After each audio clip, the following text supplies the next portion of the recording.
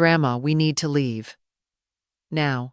I turned my head just in time to see my grandson Lucas, 21 years old, eyes wide with fear, gripping my wrist with a firmness I hadn't felt since he was a little boy, scared of thunder. His voice was low, urgent, and trembling, with something far deeper than simple nervousness. I blinked, confused. We were at Eric's birthday dinner, after all. A nice restaurant, crisp white tablecloths, polished wine glasses, and small talk flowing as freely as the expensive red wine that never seemed to empty. From the outside, it was a picture of family harmony, but one look at Lucas told me something was very wrong. Lucas, what is it? We haven't even had dessert, I whispered, trying to maintain composure as guests around the long, candlelit table raised their glasses for yet another toast. Please, Grandma, he said, barely above a whisper. Just trust me. We have to get you out of here now. I had never seen that look on his face before. Not when he broke his arm falling off his bike at age 10.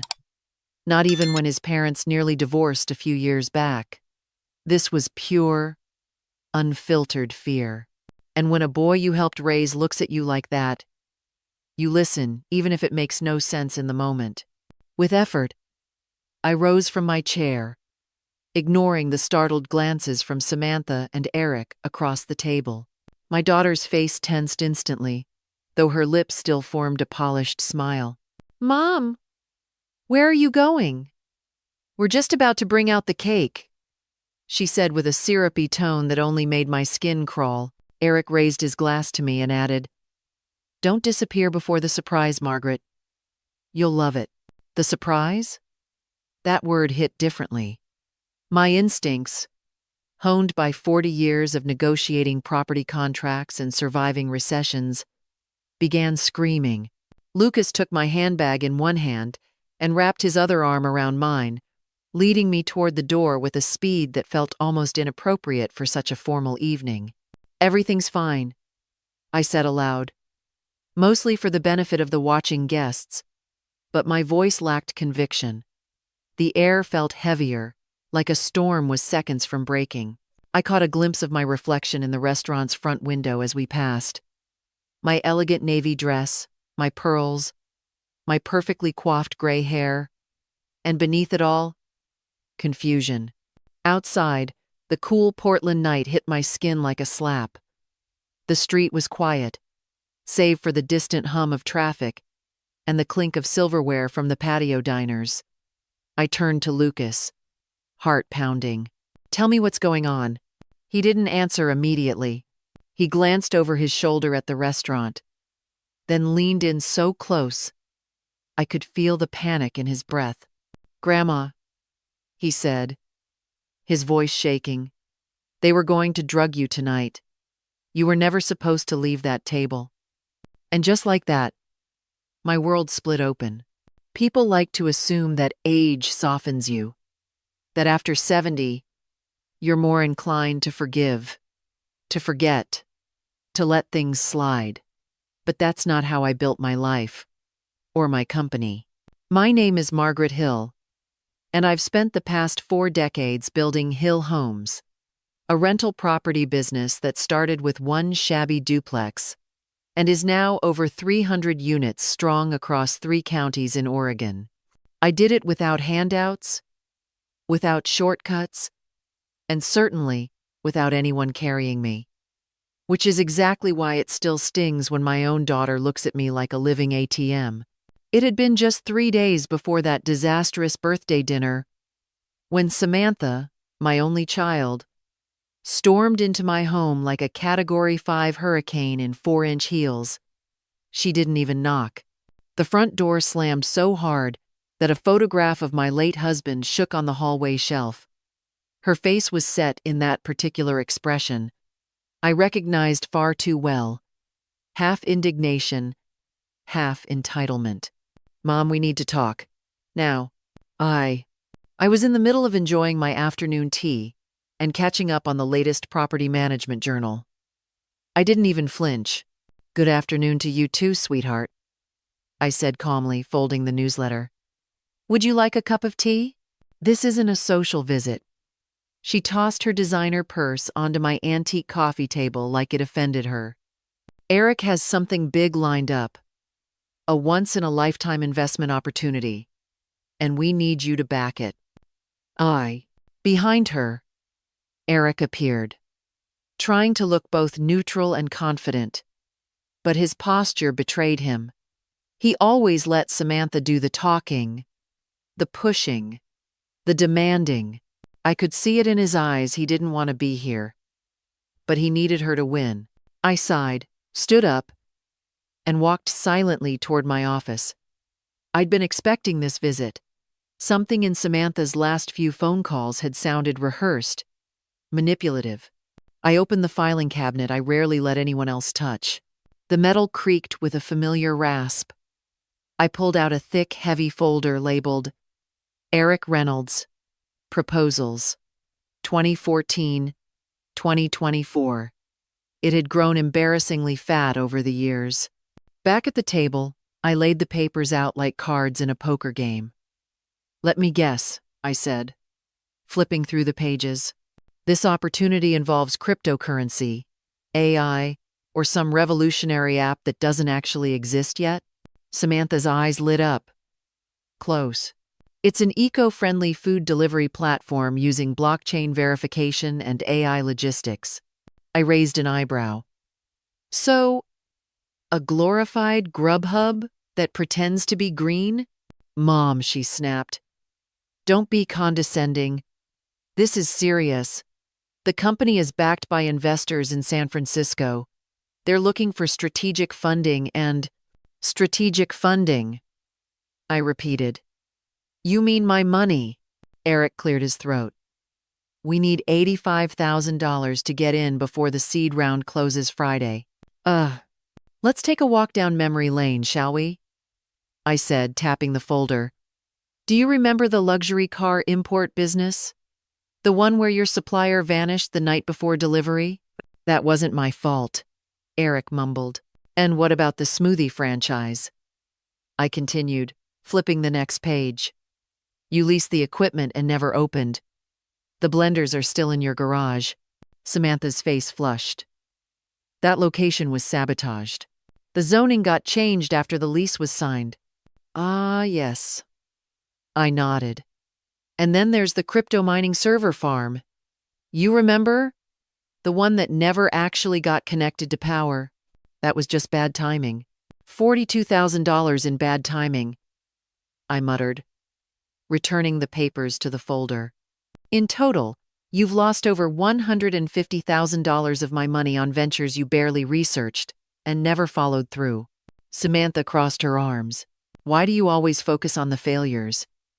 You act like Eric's never done anything right. Because I've never seen anything go right, Samantha, I said firmly. And this? I gestured to her pitch. This is just another empty promise wrapped in buzzwords. She stood up abruptly. You just don't get it. Times have changed. You're stuck in the past. You think hard work and cash flow still matter. But today's economy moves at lightning speed. If we don't take risks, we'll fall behind. Scams, I replied. Also move fast. That's how they stay ahead of the law. Eric gently touched Samantha's arm. Maybe we should go. Your mom's clearly made up her mind. But Samantha wasn't done. She leaned across the table, voice low and sharp. You're sitting on millions, Mom, and your own daughter is struggling. You really think it's okay to just hoard all that wealth while we fight to stay afloat? I clenched my jaw. What I have is the result of 40 years of work, 16-hour days, emergency plumbing calls, tenants who disappeared in the night, and roofs I've patched myself. Don't you dare call it hoarding. Samantha's composure cracked. Fine, she hissed. But when Eric makes it big, don't come crawling to us asking for help. And don't expect us to lift a finger when you're too old to manage all those properties. I stood slowly. Don't worry, dear. I have plans for my properties, and none of them include you. She didn't say goodbye. Neither did Eric. The front door slammed again, making my china cabinet tremble. Through the lace curtains, I watched them argue beside their car. Voices muffled but arms flailing. Neighbors turned to look. They didn't care. I returned to my office, this time pulling out a different folder. One labeled, Estate, Margaret Hill, Confidential. Inside were deeds, trusts, contingency plans, and account statements. My empire, not built on slick promises, but on bricks, beams, leases, and ledgers. Every dollar was accounted for. Every building had a story. Samantha was right about one thing. Times had changed, but people hadn't. Greed still looked the same. Entitlement still spoke the same language. And those who failed to plan still expected others to bail them out. I poured another cup of tea and resumed reading my newsletter. The scent of lavender from my backyard, drifting through the window. Outside, the sun dipped behind the trees, painting the world in warm hues. But I felt no warmth, only steel in my spine and a firm resolve in my chest. I had drawn my line. And for the first time in a long while, I wondered, had I been too generous for too long? The morning after Samantha and Eric's outburst, the house was unusually quiet, almost too quiet. I sat at the kitchen table, sipping my tea, trying to push aside the heavy feeling in my chest. The confrontation from yesterday kept replaying in my mind, every word, every glare, every veiled threat. But I told myself it would pass. Families argue. Children feel entitled. It wasn't the first heated exchange I'd had with Samantha over money. Still, this time, it felt different. I opened my front door to retrieve the newspaper, expecting to find it folded neatly on the porch like every morning for the past 20 years. But what I saw stopped me cold. My mailbox, a sturdy, custom cast iron model that had stood proudly at the edge of my driveway for over a decade, was lying twisted on the sidewalk. The wooden posts supporting it had been smashed to splinters, and jagged edges were scattered across my neatly raked lawn like shrapnel. But that wasn't the worst of it. My eyes traveled upward, to the front door. The word selfish was spray-painted in thick, angry red strokes across the white panels of my door. The paint dripped downward like blood, as if the house itself were bleeding. The message was unmistakable, and so was its intent. This wasn't random vandalism. This was personal. It was a warning. My breath caught. Not from fear, not yet, but from the sheer audacity. Someone had crossed a line. Someone had come here, to my home, in the middle of the night, and tried to send a message. Whether it was Samantha and Eric or someone they'd involved, I didn't know. But deep down, I had a growing suspicion. "Patricia, dear God, what happened?" called a familiar voice from across the hedges. It was Mrs. Henderson, my neighbor for 30 years. She stood at the edge of her porch in her floral robe, coffee mug in hand, staring at the damage with wide, horrified eyes. "Vandalism, apparently," I said calmly, though anger boiled under my skin. "Sometime overnight. I thought I heard something around 2 a.m., she said, stepping closer. A loud bang, maybe more than one. Then a car idling out front. I assumed raccoons were in the garbage again. I almost called the police, but the car drove off after a while." "What kind of car?" I asked. "Dark-colored," she said. "Could have been black or blue, looked expensive. Definitely not one of those little economy cars. Engine purred like it had money." Eric's BMW was deep navy, and under streetlights it could easily look black. It had a soft, expensive engine sound, the kind that whispers status. I didn't say anything out loud, but my suspicions solidified into near certainty. Samantha had left my house furious. Eric hadn't said a word. But now my door was defaced and my mailbox destroyed. The timing was just too perfect. I called the non-emergency police line. A young officer arrived within an hour. She documented everything carefully, took photos, and asked thoughtful questions. Any family issues? Recent arguments? Neighbors with grudges? He hesitated. If I named Samantha and Eric directly without proof, it might escalate things. But I also couldn't pretend nothing had happened. I had a disagreement with my daughter and son-in-law yesterday, I said finally. Over money. It got heated. The officer's eyes narrowed slightly, not with suspicion, more like understanding. She'd probably seen dozens of cases just like mine. We'll increase patrols in the neighborhood, she said. And I recommend installing cameras. As soon as she left, I called Mike from my property management team. I need cleanup service immediately. And a new mailbox. Also, get me 3 quotes for security systems. Cameras, motion lights. All of it. Everything okay, Mrs. Hill? He asked. Just some unexpected damage. But I'm handling it. By mid-afternoon, the paint was scrubbed off and a fresh mailbox stood in place. But the deeper damage, the emotional damage, wasn't so easy to repair. That door wasn't just wood and paint. It was my home, my fortress, the place I'd rebuilt my life after losing my husband. And now someone had tried to intimidate me on my own doorstep. That evening, I received a text message from Samantha.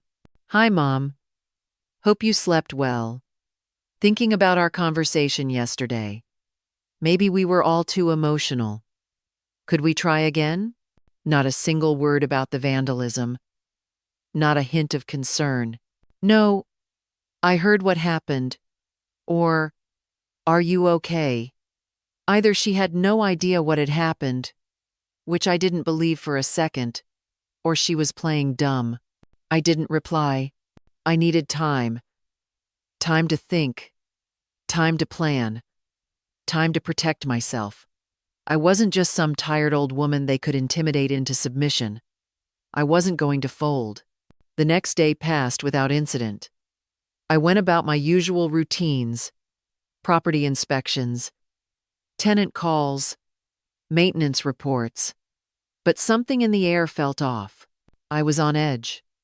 Every unfamiliar car that passed, every knock at the door made me tense. And then came the second message. Hey, Mom. Heard from Mrs. Peterson that there was some vandalism on your street. That's awful. You really should think about moving somewhere safer. Maybe closer to us. We could help keep an eye on things. There it was, the real motive. Dressed in concern. Move. Get closer. Become vulnerable. Depend on them. Trust them. I almost laughed. After breaking my mailbox, defacing my door, and ignoring the incident completely in the first message. Now she wanted me to move closer? Into their orbit? Into their control? Not a chance. I'm very happy where I am, I texted back. Well, if you change your mind, we know a great realtor. Specializes in senior transitions. Just say the word. Kava. I didn't reply. By the following morning, my new security cameras were installed. One facing the driveway, one covering the front porch, and another over the backyard. Mike's team did a solid job. Everything now fed into a monitor in my kitchen. At night, I kept the feed on low brightness while I sipped my tea and made lists. Plans, actions, protections, because I knew what was coming next.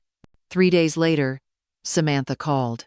Mom, I owe you an apology, she began, sounding so sugary. Sweet. I could practically feel the cavities forming. Eric and I talked and we realized we came on too strong. We're sorry. We've been under a lot of pressure lately. Brad's birthday is tomorrow and we're having a small family dinner. Nothing fancy. Just a few people. Lucas will be there, and he specifically asked if Grandma could come. Please say yes? My gut tightened. The timing was just too neat. The sudden apology. The invite to a small family gathering. The fact that it was just days after I'd installed cameras. Just days after I'd started fighting back mentally. This wasn't an olive branch. This was a setup. But then she said Lucas wanted me there. And that changed everything. Lucas had never played games. Never lied to me. If he truly wanted me there, then I needed to go. For him. But I'd go prepared.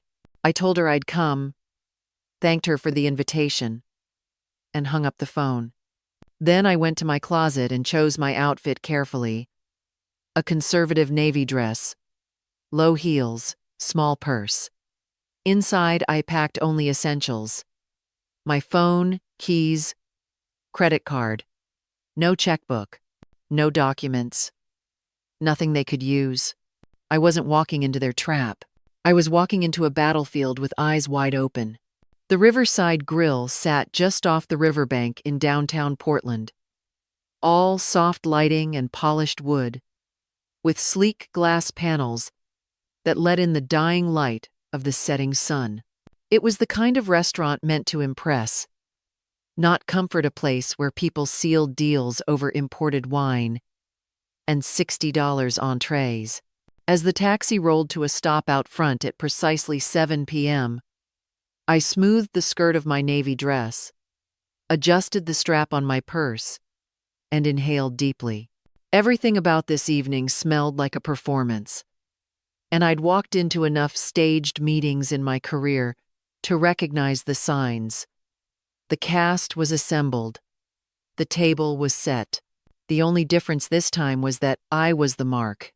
Inside, the hostess led me toward the back of the restaurant. As we passed each table, I caught glances, some polite, others curious, and then I saw them.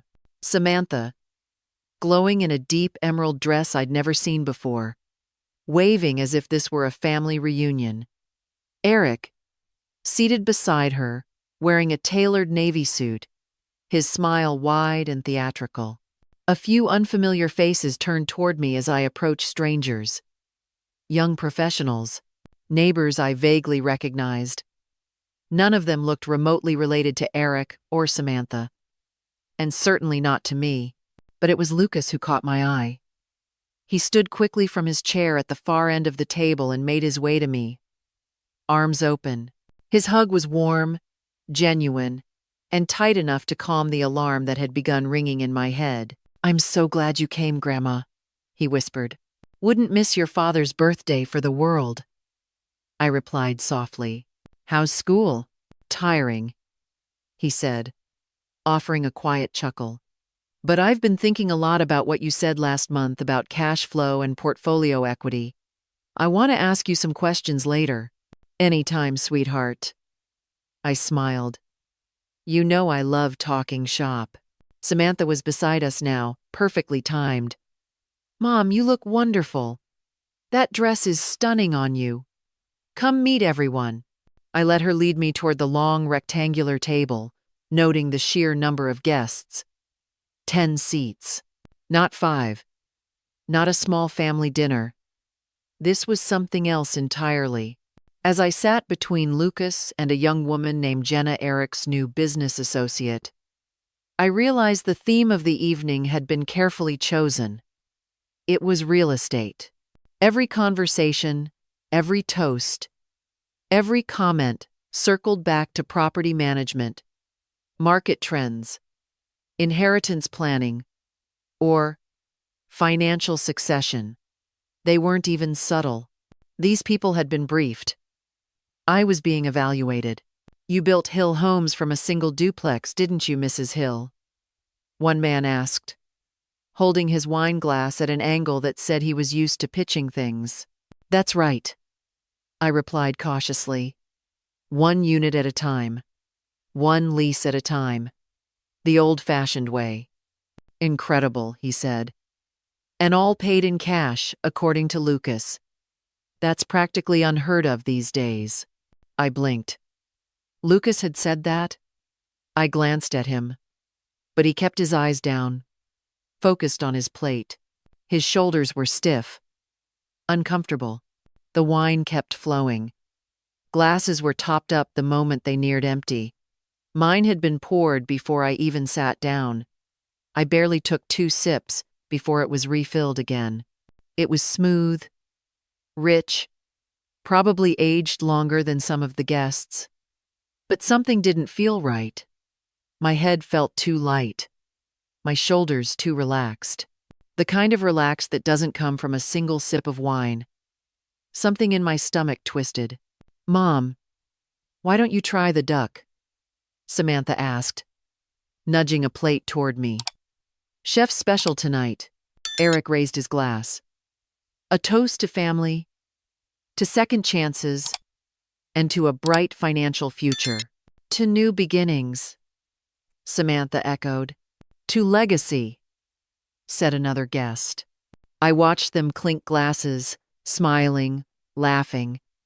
It all felt too perfect, too practiced. I'd been at business lunches with less coordination than this. "Grandma," Lucas said suddenly, gently placing a hand on mine, "could we step outside for a moment? I'd love to ask you about cap rates. I don't want to bore everyone else." He said it casually, but I caught the urgency in his eyes. Something wasn't right. Samantha leaned in. "Now? But we're about to have dessert.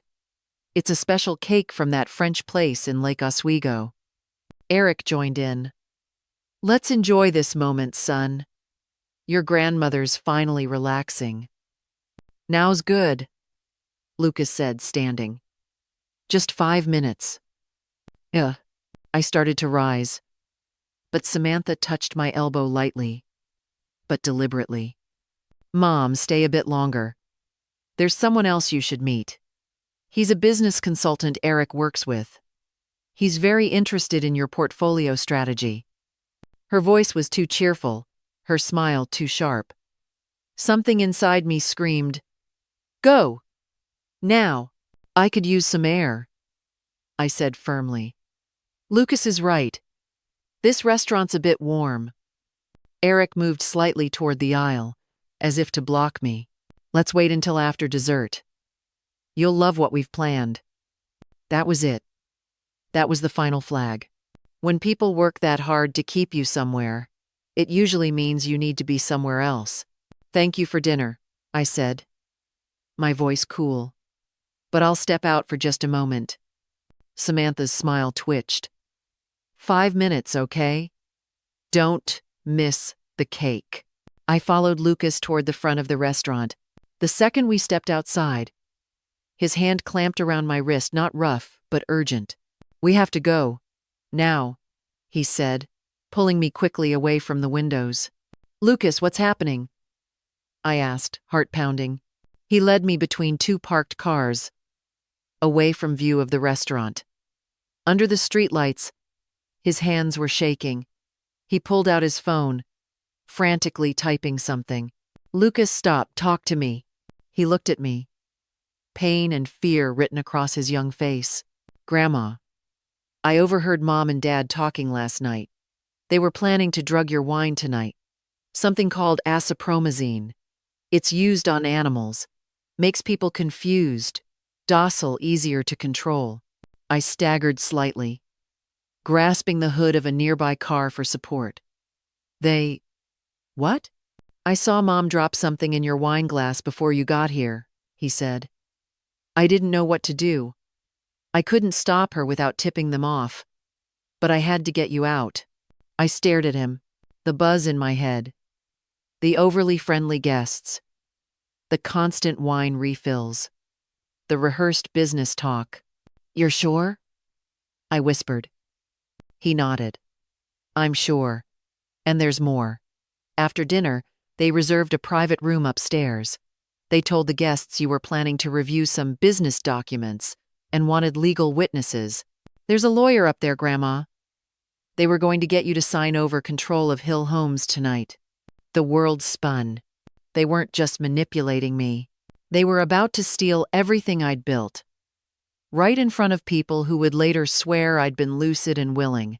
Lucas hailed a taxi, panic rising in his voice. "You need to go to the hospital. Get tested. Tell the police. There's still time." I didn't argue. As the cab pulled up, I turned to Lucas. "You just saved me, sweetheart," I said, voice trembling. "You saved everything." He leaned into the window. "I'm sorry I didn't stop them sooner. You did the right thing. I'm proud of you." As the taxi drove into the night, I glanced back at the restaurant glowing warmly behind us. An elegant trap I'd narrowly escaped. My own daughter had tried to poison me, and the war had only just begun. The taxi driver looked back at me through the rearview mirror. "You okay, ma'am? You look a little pale." I was clutching my purse like a life raft. My heart was pounding, my thoughts fuzzy at the edges. The wine, the way it had made my limbs feel a little too loose. My mind just a touch too slow. Lucas's words echoed in my head like a siren. "They put something in your wine. Something to make you sign. A veterinary sedative," he'd said. "Acepromazine." My own daughter, my flesh and blood had drugged me. "I need to go to the emergency room," I said, struggling to keep my voice even. "Legacy Emmanuel Hospital." The driver didn't ask questions. He just nodded and turned left onto the main road. Streetlights blurred slightly at the edges of my vision. I leaned my head back, pressing my cheek against the cool window, trying to stay grounded. I needed to hold on to every bit of clarity I had left. From my phone, I dialed 911. When the dispatcher answered, I didn't stumble. "My name is Margaret Hill. I believe I've been drugged at Riverside Grill. I'm en route to Legacy Emmanuel Hospital. I need police to meet me there." The dispatcher's voice was calm and professional. She took down every detail: names, location, the suspected drug, who I believed was involved. I spoke slowly, carefully, forcing my brain to stay focused, even as my speech began to slur ever so slightly. The dispatcher assured me that officers would meet me at the hospital and encouraged me to have blood work done immediately. By the time we pulled into the hospital's emergency entrance, the dizziness had worsened. I felt like I was walking on a ship at sea. The triage nurse took one look at me and waved me to the front of the line. The moment I said I believed I'd been drugged, they moved fast blood tests, IV fluids, vitals, and a flurry of concerned questions from the ER doctor. Less than an hour later, a police officer arrived. Officer Dwyer, a woman in her 32nd, sharp-eyed and compassionate. I repeated the story to her as best I could. The family dinner, the strange guests, the constant wine refills, and finally, Lucas's warning and my escape. I told her about Samantha and Eric, about the private room and the documents Lucas said were waiting upstairs. "I believe they were going to have me sign over control of my real estate business," I said, my voice shaking, "and they were going to do it while I was drugged." The officer took notes meticulously. "Do you have someone you trust who can be with you tonight?" she asked. "This is a serious allegation, and we're going to need a lot of documentation." I shook my head. "I trust my grandson. He's the one who got me out of there. But I'm alone tonight." "You're not alone now," she said gently. "We've already sent a unit to Riverside Grill to preserve evidence. We'll also be interviewing the staff and retrieving security footage. If the drug is in your system, the blood work will confirm it." A nurse returned a few minutes later, holding a printed sheet. Her expression said everything. "The test detected a significant amount of acepromazine in your bloodstream," she said. "This is a veterinary tranquilizer. In humans, it causes confusion, drowsiness, and at high enough doses, compliance." So it was true. Not just paranoia. Not just a bad feeling. They had actually done it. Is it dangerous? I asked. The nurse shook her head. It should pass through your system within a few hours. You may feel tired, foggy, but it's good that you got here quickly. And most importantly, you were conscious enough to realize something was wrong. My hands shook as I gripped the hospital blanket. They were going to steal everything I've worked for. My business, my legacy. I've seen a lot of terrible things, Officer Dwyer said quietly. But this is cold and calculated. She asked for Lucas's contact information. I gave it to her, along with a list of everyone I could remember from the dinner names, faces, even details about the wine bottle label. Just in case.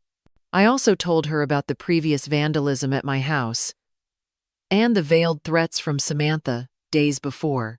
We'll loop in a detective, she said. This is going to escalate quickly. You did the right thing, Mrs. Hill. At 2 a.m., a nurse helped me into another taxi. The hospital had treated me, stabilized my vitals, and released me with instructions to rest, hydrate, and avoid making legal decisions for at least 24 hours. I laughed when I read that part. The irony was brutal. I'd almost signed away millions under the influence of a horse tranquilizer. As the cab turned onto my quiet street in Beaverton, I saw something that made my breath catch. Police cruisers, flashing lights, parked outside Samantha and Eric's house. My phone buzzed in my lap. A text message. Lucas. They arrested Dad.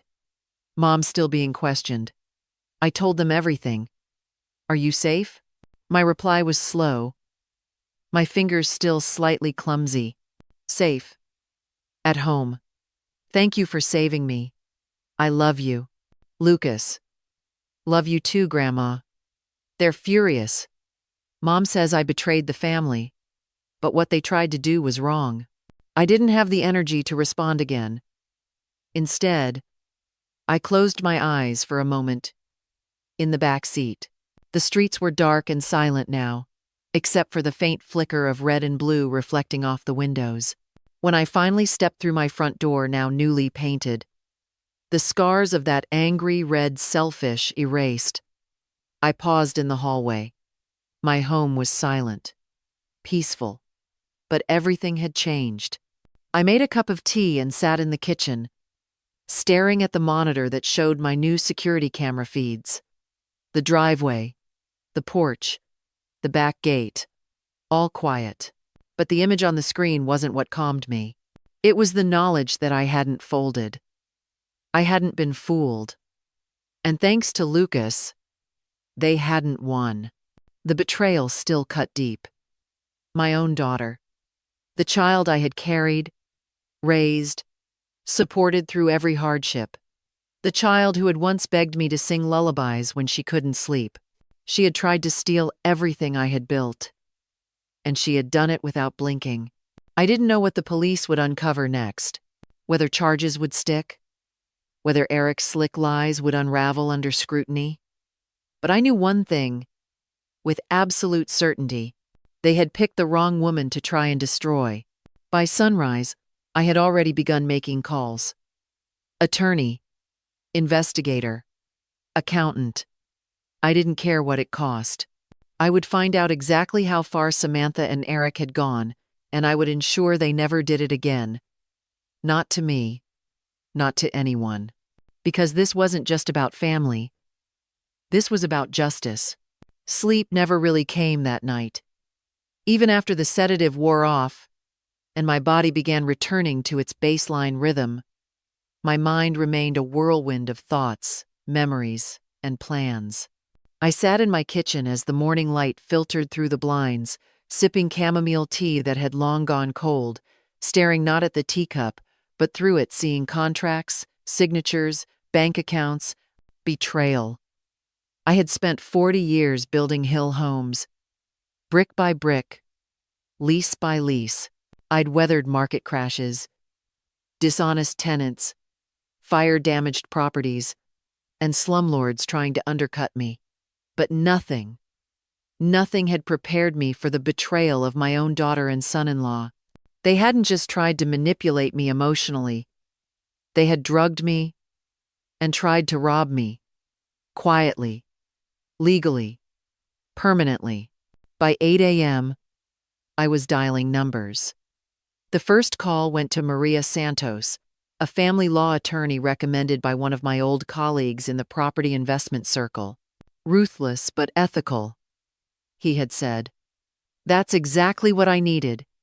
Within 2 hours, I was seated in her riverfront office, surrounded by steel gray filing cabinets and walls lined with legal awards. Maria, in her late 40s with sharp eyes and a sharper mind, listened silently as I laid out everything Lucas's warning. The wine, the planned documents upstairs, the blood test, the vandalism days prior, and my growing suspicion that this was just the tip of the iceberg. Maria leaned forward. "Mrs. Hill, this wasn't an isolated act. From what you're describing, it was premeditated fraud, bordering on attempted elder abuse and possibly attempted involuntary commitment. If your daughter and son-in-law had followed through with moving you to an assisted living facility without proper cause, while gaining control over your assets, that could constitute false imprisonment as well." I nodded slowly, letting the weight of her words sink in. "But before we build your legal protection," she continued, "you need to know exactly what you're up against. This could go much deeper. You mentioned your daughter works in finance? She's a senior advisor at Pinnacle Financial," I said. "Or at least she was. I don't know what she still has after last night." "And Eric?" "Consultant. Meaning unemployed, unless someone's paying him to talk circles." Maria didn't laugh at the joke, and neither did I. "We're going to hire a private investigator and a forensic accountant. If they've done this to you, chances are they've done it to others, maybe even clients or lenders." I agreed on the spot. She picked up the phone and called a man named Travis Boone, a former federal investigator turned private consultant. She also brought in Claire Yu, a CPA who specialized in forensic audits for elder fraud cases. Within 48 hours, I had 2 thick binders on my kitchen table, filled with color-coded tabs, financial spreadsheets, and timelines. What they found shocked even me. Samantha had been siphoning funds from her elderly clients' accounts at Pinnacle Financial for at least 18 months. The method was insidiously simple. Small, frequent withdrawals, labeled as management fees or transfer errors, that she would later correct on paper. But the corrected money never actually made it back to the clients. Instead, it went to offshore accounts, credit card payments, and luxury expenses, vacations, designer clothing, private schools. She had claimed were scholarships for Lucas. Total theft exceeded $400,000. Eric, on the other hand, had been leveraging my name and company reputation to secure private business loans from at least 6 separate lenders. He'd presented forged emails from me, business cards, and even created a fake PowerPoint slide with Hill Homes' logo, claiming I was backing his ventures. He'd raised over $280,000 this way, using the funds to pay off old debts, start new failed ventures, and fund their lavish lifestyle. But it didn't end there. The documents Lucas warned me about, prepared by a lawyer named James Fletcher, were real. Travis tracked down the reservation for the private dining room and obtained statements from the restaurant manager. Samantha had booked it under the pretense of a private estate planning session and had paid for the lawyer's meal in advance. Fletcher had prepped transfer documents to hand over majority control of Hill Homes to Eric Reynolds, with Samantha listed as secondary trustee. It was a conspiracy, plain and simple. They had planned it down to the last detail. Wine laced with asapromazine, supplied by Samantha's friend Rachel Morrison, a vet tech at a local animal clinic, a lawyer with paperwork, witnesses, seated at dinner to later swear I'd appeared lucid and willing. The trap was intricate and sophisticated, and would have succeeded if not for Lucas. Maria flipped through the final tab in the binder. This isn't just fraud, Margaret. This meets the legal threshold for racketeering. We're talking multiple actors across different sectors: medical, financial, legal, all working toward the goal of illegally transferring your assets. I sat back in my chair, both shaken and strangely resolved. Can we press charges? Absolutely. And we will. But we also need to protect you. Starting today, we'll revoke Samantha's medical power of attorney, place a freeze on all access to your assets, and initiate civil action to recover damages. And what about the others? I asked. Her clients, his lenders, the people they've hurt? Maria hesitated. Technically, we're not obligated to contact them. But ethically, I cut in. Then I want to. Every single person they lied to deserves to know the truth. Over the next few days, I worked with Claire and Travis to compile packets of evidence. I pulled late nights in my kitchen, highlighting transfers, organizing statements, crafting anonymous letters, and adding documentation for each of the 18 elderly clients Samantha had defrauded and the 6 lenders Eric had deceived. The courier service picked up the packages at 2 p.m. on a Thursday. By 5 o'clock, the calls started rolling in. Concerned clients, furious bankers, suspicious colleagues. By 6:30, Pinnacle Financial had suspended Samantha pending an internal investigation. By 9 o'clock, Eric's lenders began issuing loan recall notices. Their house of cards was collapsing, and I wasn't lifting a finger, just letting the truth speak for itself. That night, Lucas called. His voice was heavy with tension and disbelief. They're losing everything, Grandma. Mom's crying. Dad's blaming me. They say you turned the world against them. No, I said firmly. They did that when they decided to become criminals. I'm just making sure the people they hurt can fight back. There was a long silence on the line. Then Lucas said quietly, I'm proud of you. And I'm sorry I didn't see it sooner. You saw it when it mattered, sweetheart. That's all that counts. As I sat on the porch with my tea, I watched Mrs. Henderson water her garden across the street, unaware of the storm that had finally broken. My security monitors showed empty sidewalks, parked cars, quiet peace. But beneath that calm, a reckoning was underway, and it had only just begun. By the time Saturday rolled around, the dominoes had started falling faster than even I had anticipated. It began with a phone call from Margaret Chen, one of Samantha's elderly clients at Pinnacle Financial. Her voice, usually light and chipper, was brittle with controlled anger. Mrs. Hill, I received a package yesterday, she said. It had copies of my investment statements, bank withdrawals I never authorized, and screenshots of internal emails with your daughter's name all over them.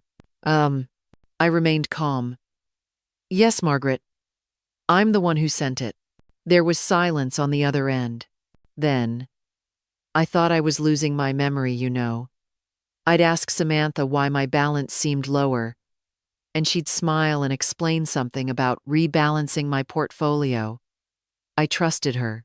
My voice didn't waver. You weren't wrong to trust, but you were betrayed, Margaret sighed. Well, I've already contacted Pinnacle. Their legal department is involved. A group of us are banding together. Many of us received similar packets. We're demanding a full audit. That was just the beginning. By Monday morning, Samantha was officially terminated from Pinnacle Financial. The company released a vague statement about compliance violations under investigation. But the business community in Beaverton read between the lines. Her name was circulating in whispers, boardrooms, and client meetings. Clients panicked. Trust evaporated. Some threatened lawsuits. Others took to social media. Simultaneously, Eric's world began to crumble. One of the lenders he defrauded, a mid-sized private firm out of Bend, Oregon, immediately called in the full balance of a $95,000 loan he had secured by falsely claiming Hill Homes would back it. They weren't the only ones. Within 48 hours, all 6 lenders had submitted formal claims, and Eric's name was flagged in statewide banking databases. His consulting business was frozen. His accounts drained. His phone, once full of backslapping associates, now only rang with debt collectors and attorneys. Then came the media. The Portland Tribune published a business column headlined, "Local Real Estate Matriarch Nearly Defrauded by Daughter in $700 Kelvin Elder Abuse Scheme." They didn't name Samantha and Eric directly, citing ongoing investigations. But it didn't matter. Everyone knew. Beaverton was a small city. The real estate and finance circles, even smaller. I spent that Monday fielding phone calls from tenants, fellow property owners, old friends, and even rival landlords. Some were checking in with concern. Others, honestly, were just being nosy. But the overwhelming message was clear. I wasn't alone. People were appalled, outraged, and, in some cases, ready to testify. Meanwhile, Maria Santos, my attorney, was orchestrating the legal dismantling of the entire scheme. "Mrs. Hill," she said during one of our meetings that week, "we have enough to pursue not only civil damages, but to support the criminal case the DA is now preparing. Samantha and Eric weren't operating alone. We've identified at least 3 accomplices: the veterinarian tech who supplied the drugs, the lawyer who drafted the fraudulent transfer documents, and a financial advisor who helped structure the estate transfer plan." The charges were stacking up: conspiracy to commit fraud, elder abuse, attempted unlawful transfer of assets, and criminal impersonation. If convicted, they weren't looking at fines. They were facing real prison time. Rachel Morrison, the vet tech, had already confessed. She claimed Samantha had told her the drug was just to help calm an elderly parent with anxiety. But texts and call logs told a darker story. She had supplied acipromazine in concentrated liquid form, along with instructions on how to mix it into red wine so the taste wouldn't be noticeable. James Fletcher, the estate attorney, was a tougher nut to crack. He insisted he believed everything was above board and that Margaret Hill had requested his services. But Maria produced evidence that contradicted his claims.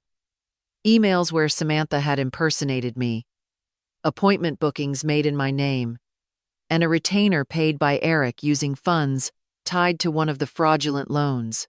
Fletcher was disbarred within 2 weeks.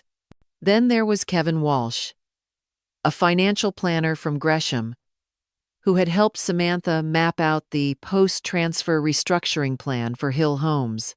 His spreadsheets and emails revealed a chilling level of detail: profit projections once Eric and Samantha streamlined the company, liquidation paths, and even a section on how to slowly move Margaret into assisted living without resistance. Kevin vanished the day after Maria sent him a cease and desist notice. But law enforcement was already tracking him. At home, I watched the downfall unfold, with the detached focus of a general, watching her enemies fall, not out of malice, but out of necessity. They had tried to take everything from me, and now they were watching everything they'd built crumble. That Wednesday, Lucas came to visit. He looked tired, like a young man carrying the weight of a war no one his age should ever have to fight. "Grandma," he said, slumping into the kitchen chair across from mine, "they lost the house." He blinked. "Already?" He nodded. "The lenders filed liens. The bank fast-tracked foreclosure. They have 30 days to vacate. Dad's trying to sell his car just to buy time." "And your mom?" Lucas exhaled heavily. "Fired. Broke. Angry. She's convinced you set her up. I smiled slightly. I didn't set her up. I just exposed the truth. He reached into his backpack and pulled out a plain envelope. She asked me to give this to you. Inside was a single sheet of paper. Her handwriting. Stiff. Controlled. I'm sorry for what we tried to do to you. You were right about everything. Please, take care of Lucas. He's better than us. There were no excuses. No pleas for forgiveness. Just that. She knows she's lost your trust, Lucas said softly. But she still wanted to make sure you didn't turn your back on me. I looked at him, this young man who had risked everything to protect me, and felt my chest swell with a fierce pride. You're my family, Lucas. You always will be. That weekend, Samantha and Eric packed what was left of their lives into cardboard boxes and left their house in Gresham. Their future was uncertain, their reputation shattered, and for once I didn't feel guilt, only clarity. Their downfall wasn't revenge. It was consequence. They had plotted, drugged, manipulated, lied, and now justice was catching up. And I wasn't a victim.